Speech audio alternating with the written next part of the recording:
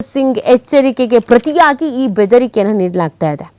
ಭಾರತ ಏನಾದರೂ ನಮ್ಮ ವಿರುದ್ಧ ಸೇನಾ ಕ್ರಮ ಕೈಗೊಂಡ್ರೆ ನಾವು ಅದಕ್ಕೆ ಪ್ರತಿಯಾಗಿ ಕೋಲ್ಕತ್ತಾದ ಮೇಲೆ ದಾಳಿ ಮಾಡ್ತೀವಿ ಅಂತ ಪಾಕಿಸ್ತಾನದ ರಕ್ಷಣಾ ಸಚಿವ ಖ್ವಾಜಾ ಆಸಿಫ್ ಬೆದರಿಕೆಯನ್ನು ಒಡ್ಡಿರೋದು.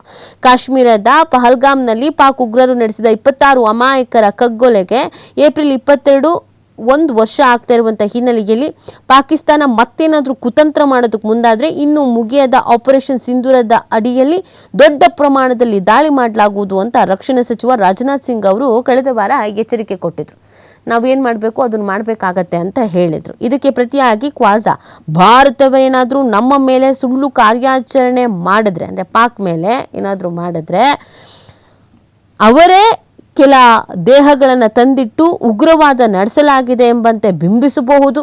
ಹಾಗೇನಾದರೂ ಮಾಡಿದ್ರೆ ನಾವು ಕೋಲ್ಕತ್ತಾವನ್ನು ಗುರಿಯಾಗಿಸ್ಕೊಳ್ತೇವೆ ಅಂತ ಹೇಳ್ತಾ ಇದ್ದಾರೆ. ಭಾರತದವರು ಒಂದಷ್ಟು ಬಾಡಿಗಳು ತಗೊಂಡೋಗಿ ಹಿಂಗಾಗಿದೆ ಅಂತ ಸುಳ್ಳು ಹೇಳ್ತಾರೆ ಅಂತ ಹೇಳ್ತಾ ಇರೋದವರು.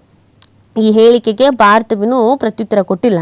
ಕಳೆದ ತಿಂಗಳಷ್ಟೇ ಭಾರತಕ್ಕೆ ಪಾಕ್ ರಾಯಭಾರಿಯಾಗಿದ್ದ ಅಬ್ದುಲ್ ಬಾಸಿತ್ ಒಂದೊಮ್ಮೆ ಅಮೆರಿಕ ನಮ್ಮ ಮೇಲೆ ದಾಳಿ ಮಾಡಿದ್ರೆ ನಾವು ದೆಹಲಿ ಮತ್ತು ಮುಂಬೈ ಮೇಲೆ ಆಕ್ರಮಣ ಮಾಡ್ತೇವೆ ಅಂತ ಹೇಳಿದರು. ಈ ಹೇಳಿಕೆಗಳ ಸರಣಿಯನ್ನು ನೋಡಿದ್ರೆ ಪಾಕ್ ಮತ್ತೊಮ್ಮೆ ಭಾರತದಲ್ಲಿ ಉದ್ವಿಗ್ನತೆ ಸೃಷ್ಟಿಸುವ ಸಂಚು ರೂಪಿಸ್ತಿದೆ ಎಂಬ ಅನುಮಾನ ಮೂಡ್ತಾ ಇದೆ.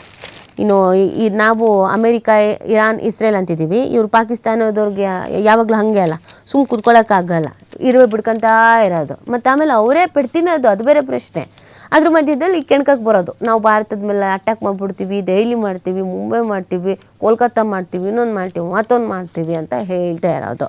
ಸೊ ಎಚ್ಚರಿಕೆ ಕೊಡ್ತಿದ್ದಾರೆ. ಇನ್ನು ನಮ್ಮ ಕಡೆಯಿಂದ ಉತ್ತರ ಹೋಗಲ್ಲ, ಖಾರವಾದ ಉತ್ತರನೇ ಹೋಗುತ್ತೆ. ಆಪರೇಷನ್ ಸಿಂಧೂರ ಆದಮೇಲೆ ಬುದ್ಧಿ ಕಲಿತಾರೆ ಅಂತಂದರೆ ಬುದ್ಧಿ ಕಲಿತಂಗೆ ಕಾಣಿಸ್ತಾ ಇಲ್ಲ.